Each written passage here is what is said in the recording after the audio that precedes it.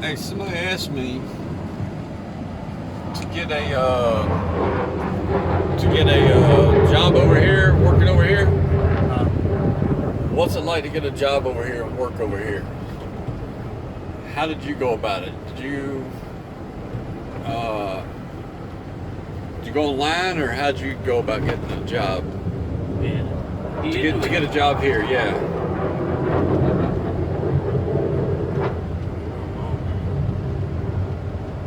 Did you go to a recruitment company, or what did you do to get the job here? You applied online. You applied online? So you went to the website, you found a job you wanted, and you applied for it online. Did you have any connection over here at all? No. No? So they basically just called you and told you had a job, huh? Yeah.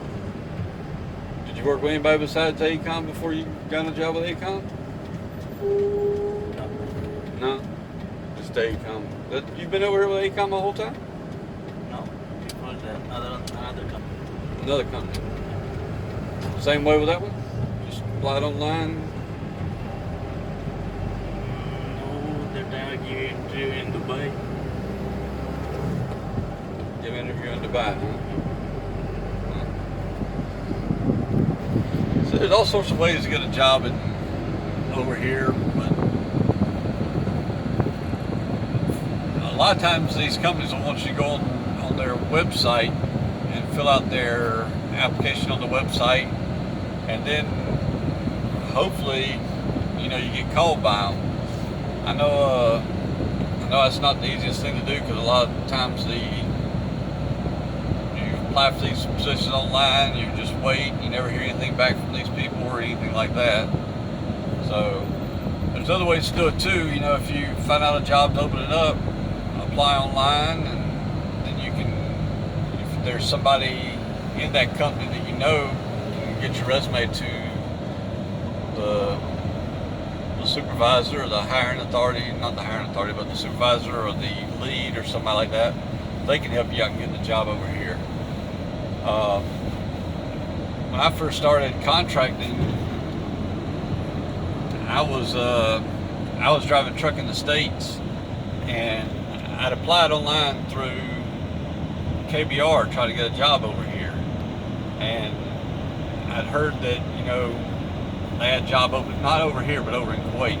I heard they had job openings, so I applied online, and again I was just waiting, and one of my friends gave me the recruiter's number, so I did call the recruiter and told the recruiter, and they said they'd look into it. So I guess it was about maybe 2 or 3 weeks later, I got a phone call. This was back in 2003, around August time, July, August, somewhere in there.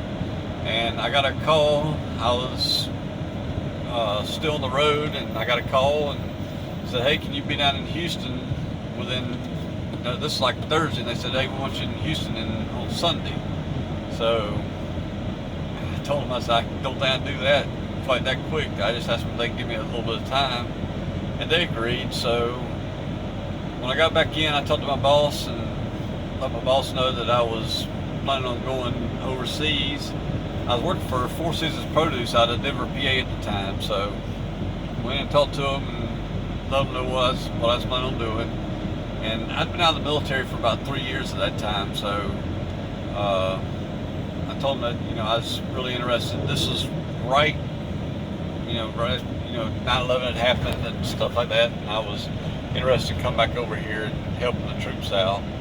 So my boss understood, and he let me come over here, and had no ill feelings toward me at all like that I know of. So I came over here and I started working, and that's how I got started contracting.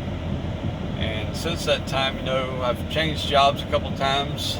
Sometimes I kept the same job. I just changed companies as the contracts would end. Another company will pick it up, and you just stay with that company. So that's another way to keep a job over here. But knowing people a lot of times helps. To get this job here that I'm in now, back in January of 2018. We were making a delivery to one of the sites here, and I was able to talk to one of the managers here and asked him if they had a job opening. He said they did, so I went ahead and went on he asked me to go on the website. I did. I went on the website and applied for the job, and then I sent him my resume, and that's how once he got my resume, he sent it to the recruiter. I was able to get the job over here. So, you know, it's sometimes who you know, sometimes it's just the right opportunity at the right time to be able to get a job over here. It's not all, you know, it's not as easy as getting a job in the States sometimes, where you go in and you talk to a person that's doing the hiring and you get hired right on the spot. It's not like that over here a lot of times. It can happen, but it's not always like that. A lot of the guys go through recruitment agencies, right? Yeah. You got recruitment agencies that pick people up. They start filling positions over here. So, but right now, with the way things are going, it's kind of difficult getting a job over here, isn't it? KBR may be hiring. If anybody's looking for a job, KBR may be hiring, because they're supposed to be taking over the contracts over here. A couple of the contracts here on the bases. So maybe they'd be hiring, but I'm not familiar with anybody in KBR anymore, so I don't have any person that you can contact. So don't be writing me asking me who you can contact or who you can write to, because I don't know that. You just have to go on their website. If you can find a job you like, maybe apply for it, and hopefully they'll pick you up and hire you. But other than that, I don't know how to go about, say, getting a job with one of these companies. The conditions over here, you know,